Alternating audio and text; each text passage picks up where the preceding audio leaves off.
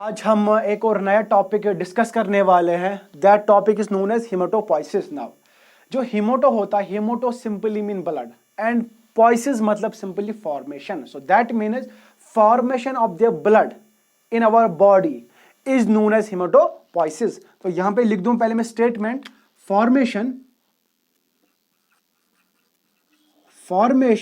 Of the blood cellular components is known as hematopoiesis. So that means हमारे body के अंदर जो blood का फॉर्मेशन होगा, ब्लड के कंपोनेंट्स बनेंगे, उसको हम बोलेंगे haematopoiesis. Like what? Like RBC, red blood cells, like WBC, white blood cells, and platelets. So that means these are components of the blood. So that means simply जो हिमोटोपोइसिस है ये वो कंडीशन है, ये वो बायोलॉजिकल प्रोसेस है हमारी body के अंदर जहां पे प्रोड्यूस होती है, जहां पे बनती है क्या? Blood cellular components. सो उनको हम क्या बोलते हैं? उस कंडीशन को हम बोलते हैं हिमेटोपोइसिस हो गया हमारी बॉडी के अंदर। नाउ जो एक नॉर्मल पर्सन होता है या हम जिसको बोलेंगे हेल्दी पर्सन होता है, उसके बॉडी के अंदर 10⁻11 टू 10⁻12 डेली बनते हैं, हर रोज बनते हैं क्या? Blood cellular components. So that means जो हिमेटोपोइसिस है एक नॉर्मल पर्सन के अंदर, एक हेल्दी पर्सन के अंदर 10⁻11 टू 10⁻12 डेली बनते हैं ब्लड सेल्यूलर कंपोनेंट्स। अब क्यों बनते हैं? बिकॉज जो आरबीसी है, जो डब्ल्यूबीसी है एंड जो प्लेटलेट्स है, इनकी एक स्पेसिफिक लाइफ स्पैन होती है। उसके बाद क्या होता है इनके साथ? उसके बाद ये डाइड हो जाती है, मर जाती है, इनकी डेथ हो जाती है। सो दैट्स वाई जो डेली होता है ब्लड सर्कुलर कंपोनेंट हमारे बॉडी के अंदर, वो फॉर्म होता है 10⁻11 to 10⁻12। Why? Because it maintain is the constant level ये मेंटेन कर रहा है। कांस्टेंट लेवल, इट मेंटेन्स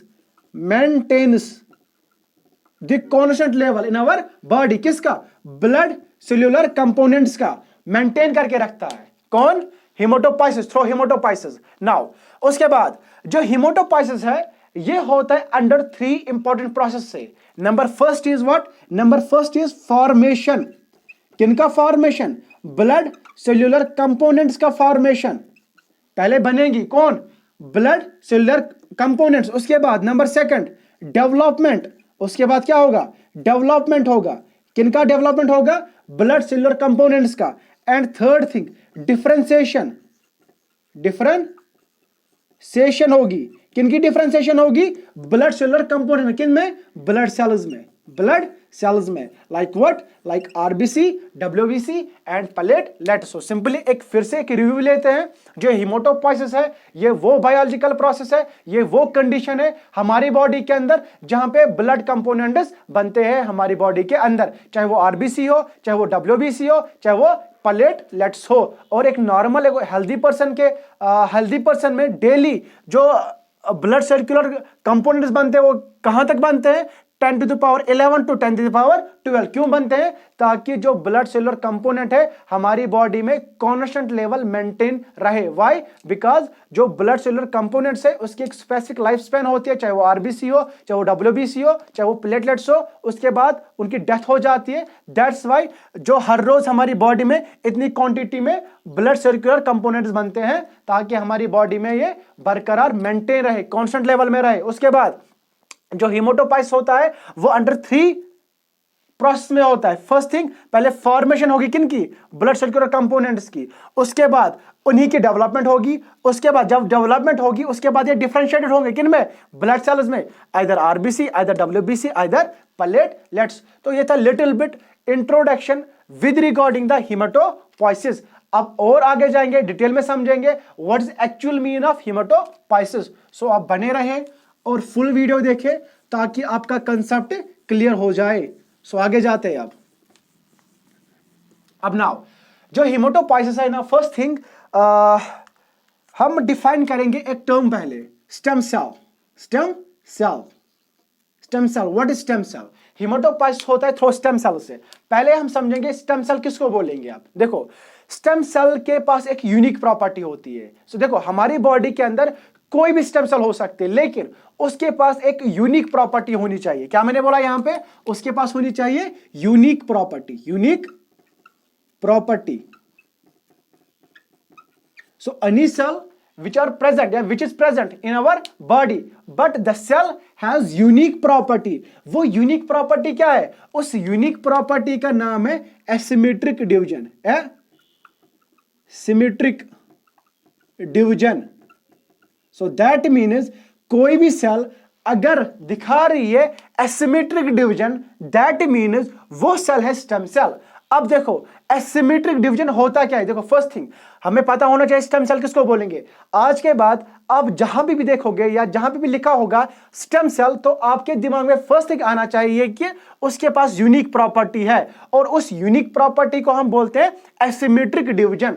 अब इस एसिमेट्रिक डिवीजन को हम समझने की कोशिश करेंगे। देखो फॉर एग्जांपल यहां पे एक सेल है, यहां पे एक सेल है, ठीक। इस सेल को मैं बोल रहा हूं ये है स्टेम सेल। ये क्या है? Stem cell. मैं खुद बोल रहा हूं ये है स्टेम सेल। नाउ अब जब ये स्टेम सेल डिवाइड होगी उसी को बोलेंगे डिवीजन।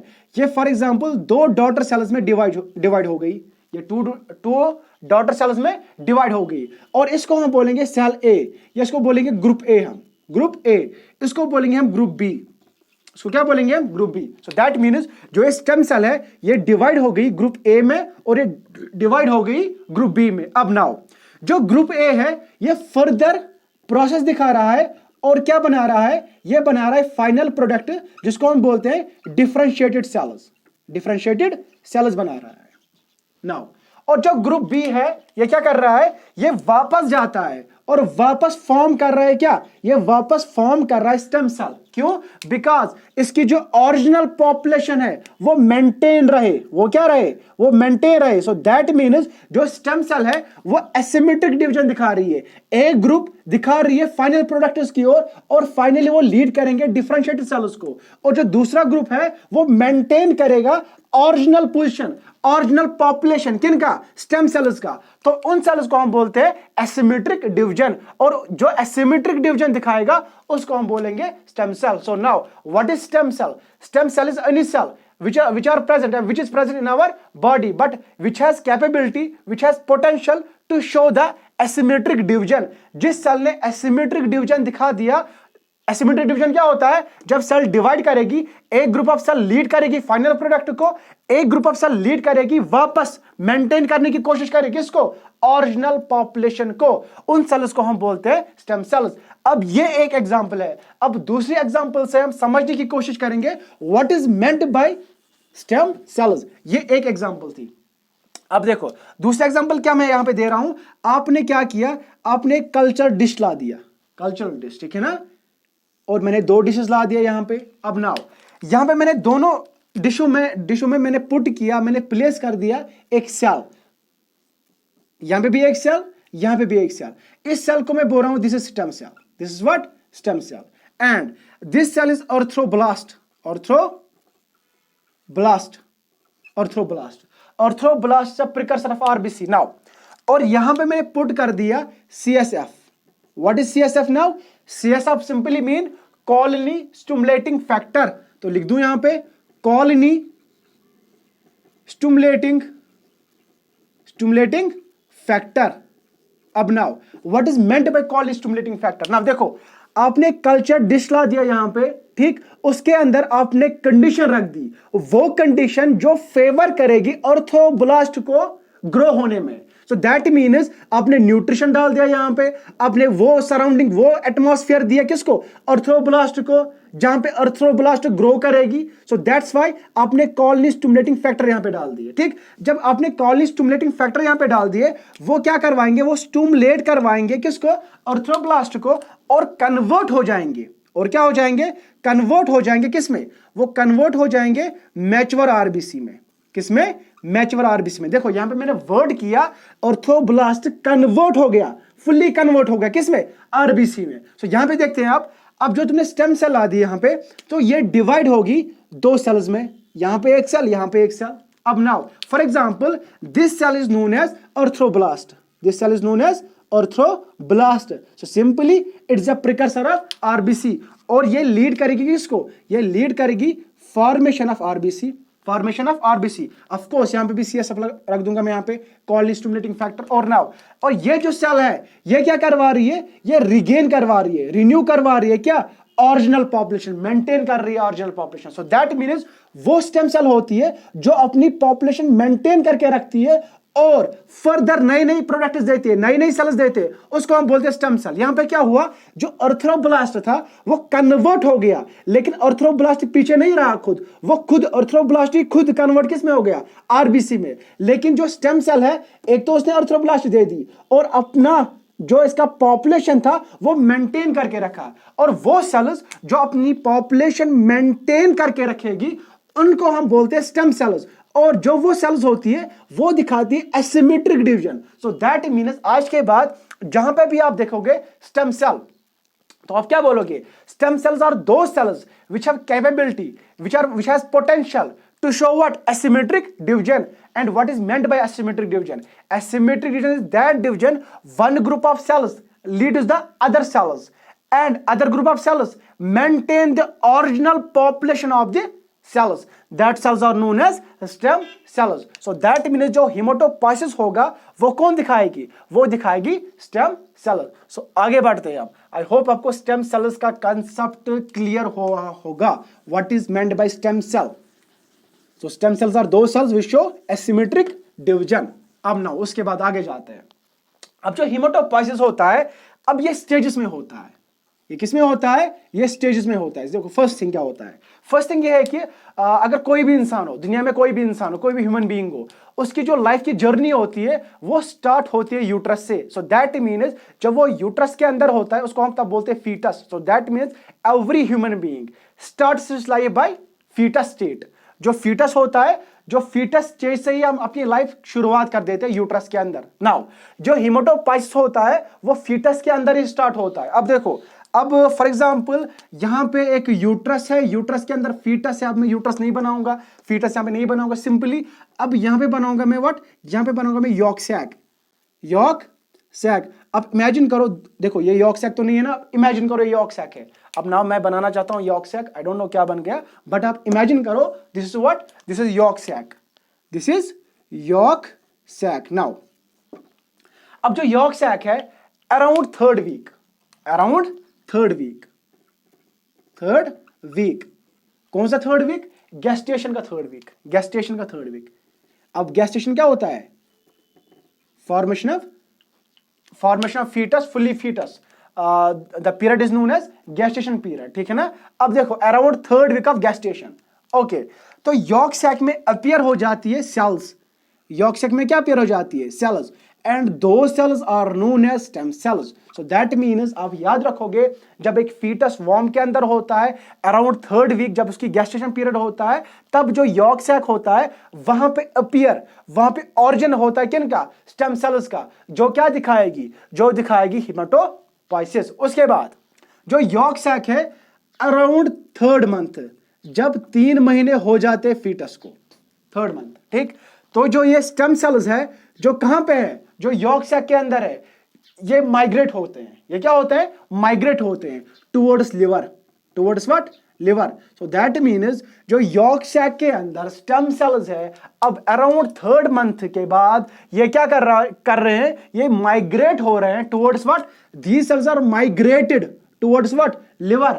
ओके, लिवर ही नहीं, स्प्लीन भी,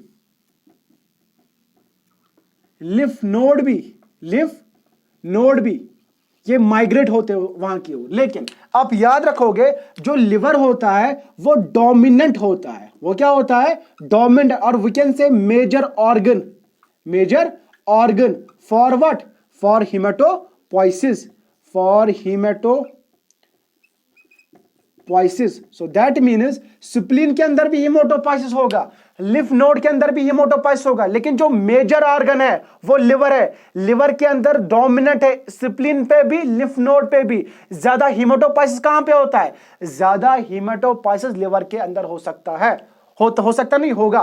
ओके, सो यहां पे एक स्टेटमेंट बनता है, जब थर्ड मंथ होता है फीटस का, so liver is the major organ, main organ for what, for haematopoiesis. कब, 3rd मंथ पे। और जो सिप्लिन और लिम्फ नोड होते हैं ये क्या होते हैं, ये माइनर होते हैं, ये माइनर ऑर्गन्स होते हैं, माइनर ऑर्गन्स होते हैं। किसके लिए, हीमेटोपोइसिस के लिए। मेजर कौन सा है, मेजर लिवर है। नाउ उसके बाद अराउंड 4 मंथ, जब 4 मंथ होते हैं, 4 मंथ होते हैं, जो स्टेम सेल्स होते हैं ये माइग्रेट करवाते हैं, क्यों, कहां की ओर, ये माइग्रेट होते हैं बोन मैरो की ओर।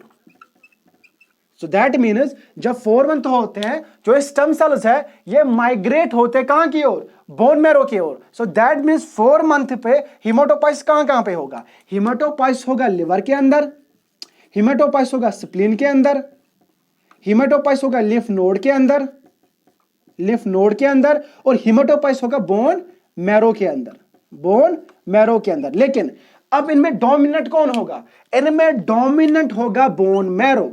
देखो पहले डोमिनेंट था लिवर, कब, एट 3rd मंथ पे। अब जब 4 मंथ आ गया तब जब वो जो स्टेम सेल्स थी वो माइग्रेट हो गई टुवर्ड्स बोन मैरो। अब बोन मैरो हो गया डोमिनेंट किन पे, लिम्फ नोड पे, स्प्लीन पे और लिवर पे भी। तब बोन मैरो में मैक्सिमम क्वांटिटी में क्या होता है, हीमेटोपोइसिस। कब, अराउंड 4 मंथ, अराउंड 4 मंथ। उसके बाद जब पार्चुरेशन होती है, जब क्या होती है, parturition.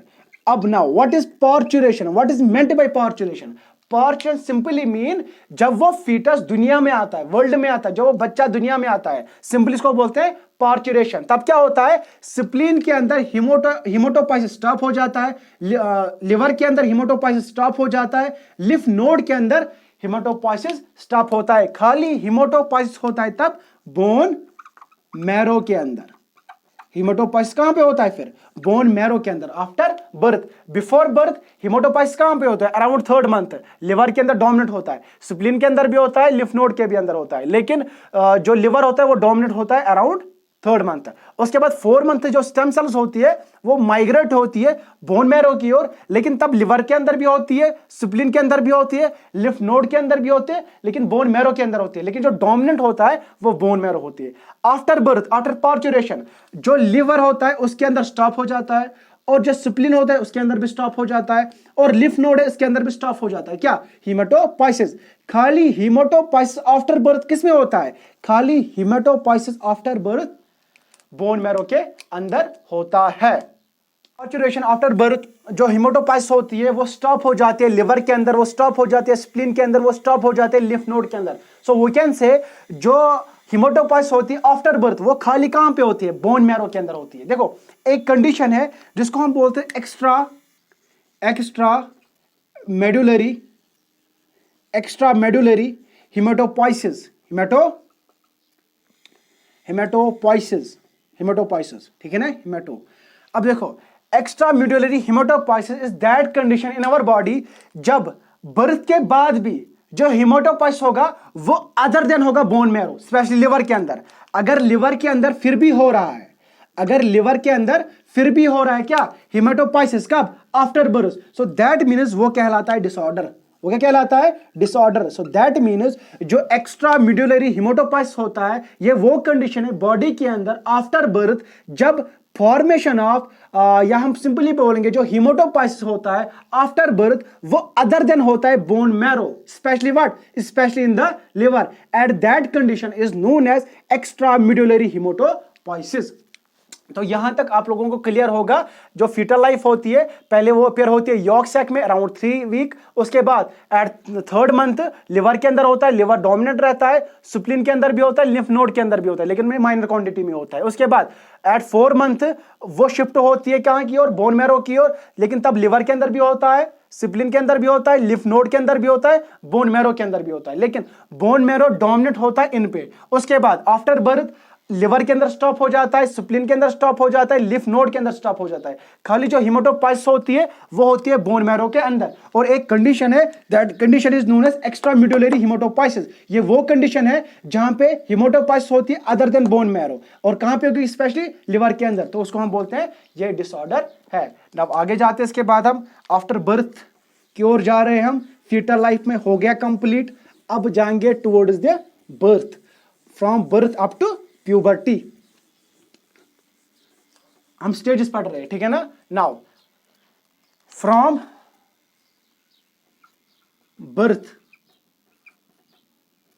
Up to puberty, up to puberty.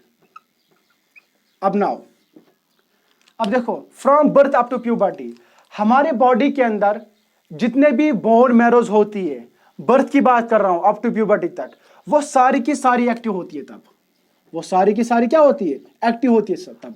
So all the bone marrows in the what, new born baby, in new born baby, new born baby, all the bone marrows are active, all the bone marrows are active. और active bone marrow को हम बोलते हैं red bone marrow, red bone marrow, red bone marrow, ठीक। अब now red bone marrow क्यों बोलते हैं, बिकॉज जो उन पे जो स्टेम सेल्स होती, that's known as what, hematopoietic stem cells. अब देखो रेड क्यों होती है, वो रेड इसलिए होती है क्योंकि जो कंसंट्रेशन है हिमेटोपोइटिक स्टेम सेल्स की, वो वहां पे ज्यादा होती है, वो वहां पे क्या होती है, ज्यादा होती है, और वो बोन मैरो एक्टिव होती है, और दैट्स वाई वो रेड बोन मैरो होती है, ठीक है ना। तो जो न्यू बॉर्न बेबी होता है उसके अंदर जितने भी बोन मैरोज होते हैं, सारे के सारे all the bone marrows are active. क्यों होते हैं active, because the concentration of the haematopoietic stem cells are increases at that time, ठीक है। तो दैट्स वाई उस टाइम पे from birth up to puberty तक सारे के सारे बोन मैरोज एक्टिव हो जाते हैं। नाउ आफ्टर प्यूबर्टी क्या होगा, अब याद रखोगे आफ्टर प्यूबर्टी ये होता है कि जो देखो puberty that means after puberty that means 18 to 20 years, 18 to 20 years puberty, that's called teen age, ठीक है ना।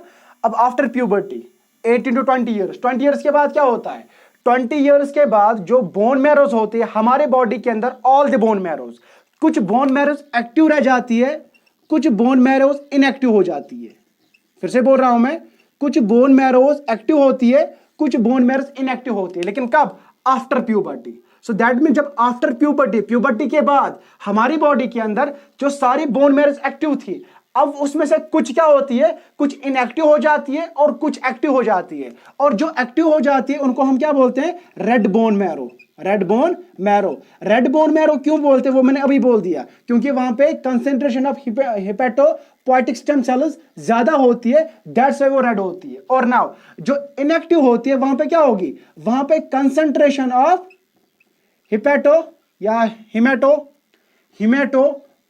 हिमेटोपोइटिक स्टेम सेल्स क्या होगी वहां पे, हिमेटोपोइटिक स्टेम सेल्स वहां पे कंसंट्रेशन होगी लो, और वो होती है येलो, वो क्या होती है, येलो। सो दैट मीन्स जो इनएक्टिव बोन मैरो होती है वो होती है येलो बोन मैरो। क्या होती है वो, येलो बोन मैरो। अब वो येलो बोन मैरो क्यों होती है, आप लोग याद रखोगे, येलो बोन मैरो इसलिए होती है क्योंकि वहां पे डिपॉजिट हो जाती है फैटी सेल्स। क्या डिपॉजिट होती है वहां पे, फैटी सेल्स। फिर से मैं रिपीट कर रहा हूं, देखो आफ्टर प्यूबर्टी के बाद हमारी बॉडी के अंदर जितनी भी बोन मैरोज पहले एक्टिव थी, अब उनमें से कुछ इनएक्टिव हो जाएगी और उसमें से कुछ एक्टिव रहेगी। जो एक्टिव रहेगी उन बोन मैरो के पास कंसंट्रेशन होगी हिमेटोपोइटिक स्टेम सेल्स की बहुत ही हाई, और जो इनएक्टिव होगी उनमें होगी कंसंट्रेशन हिमेटोपोइटिक स्टेम सेल्स बहुत लो, और वो येलो होगी। व्हाई, बिकॉज वहां पे अटैच रहेंगी फैटी सेल्स। नाउ अगर बॉडी में कंडीशन आ गई, बॉडी को नीड पड़ गई ज्यादा हिमेटोपोइसिस की, सो दैट मीन्स जो इनएक्टिव बोन मैरोज है या येलो बोन मैरोज है, इनके अंदर पोटेंशियल होता है कि ये कन्वर्ट होंगे तब, ये किस में कन्वर्ट होंगे, ये कन्वर्ट होंगे तब एक्टिव में, ये कन्वर्ट किस में होंगे तब, एक्टिव में। That means inactive bone marrow या yellow bone marrow has potential to convert into active bone marrow, लेकिन under special circumstances। now वो circumstances क्या होंगे, जब बॉडी को नीड होगी more and more हिमेटोपोइसिस की, तब ये कन्वर्ट हो जाएंगे एक्टिव में। now अब जो रेड बोन मैरोज होते हैं, रेड बोन मैरोज ये कहां कहां पे होते हैं, रेड बोन मैरो समझते हो आप, एक्टिव बोन मैरोज ये कहां पे होते हैं, ये होते हैं एक्सियल, ये एक्सियल को बोलते हैं एक्सियल सिकल्टन क्या होता है, एक्सियल सिकल्टन होता है centre of the bone, so that means sickle भी आएगा, सिकल बोन्स भी आएंगे, दैट मीन्स स्टर्नम भी आएगा जो सेंटर में होंगे, दैट मीन्स रिब्स भी आएंगे, दैट मीन्स वर्टिबल बोन्स भी आएंगे, वर्टिब्रल कॉलम इसको बोलते हैं, बोन्स भी आएंगे, हिप भी आएगा, और proximal ends of humerus and femur. देखो क्या मैं बोल रहा हूं, जो रेड बोन मैरोज होंगे, जो एक्टिव बोन मैरोज होंगे, वो कहां पे होंगे, वो एक्सियल पोर्शन में होंगे, वो सेंटर में होंगे। सेंटर में क्या आता है, स्कल आता है, स्टर्नम आता है, रिब्स आते हैं, ठीक, पीछे से वर्टिब्रल कॉलम आती है, वर्टिब्रल कनाल जिसको बोलते हैं, ठीक, वर्टिब्रल बोन्स जिसको बोलते हैं, और हिप भी आएगा। और जो प्रॉक्सिमल एंड है किसकी, ह्यूमरस की, ह्यूमरस कहां पे होती है, अपर लिम्ब बोन में, ठीक, और फ्यूमर बोन कहां पे होती है, थाई बोन में, उसका प्रॉक्सिमल एंड। बाकी जो पेरिफेरी बोन्स है ना, पेरिफेरी बोन्स मतलब क्या होते हैं, जो साइड्स में प्रेजेंट होते हैं, that's known as periphery bones. देखो फिर से मैं बता रहा हूं, जो पेरिफेरी बोन्स वो बोन्स होती है हमारी बॉडी के अंदर जो साइड में, जो किनारे में होती है हमारी बॉडी में प्रेजेंट। नाउ क्या क्या आएगी, अब देखो middle portion of the humerus आएगा, रेडियस भी आएगी, अल्ना भी आएगा, टीबिया भी आएगा, फिब्यूला भी आएगा। वो क्या हो जाते हैं, वो हो जाते हैं इनएक्टिव। क्या हो जाते हैं, inactive. So that means 50% after puberty, 20 years के बाद 50% एक्टिव रह जाती है हमारी बॉडी के अंदर, और 50% इनएक्टिव रह जाती है हमारी बॉडी के अंदर। सो that means 50% active bone marrow होती है और 50% इनएक्टिव बोन मैरो होती है हमारी बॉडी के अंदर। सो ये थे स्टेजेस विद रिगार्डिंग द हीमेटोपोइसिस। अब नेक्स्ट वीडियो में हम डिटेल में डिस्कस करने वाले बोन मैरो के अंदर कौन कौन सी प्रोसेस होती है जहां पे फॉर्मेशन होती है हीमेटोपोइसिस की। आई होप आपको ये वीडियो समझ आया होगा। Thank you.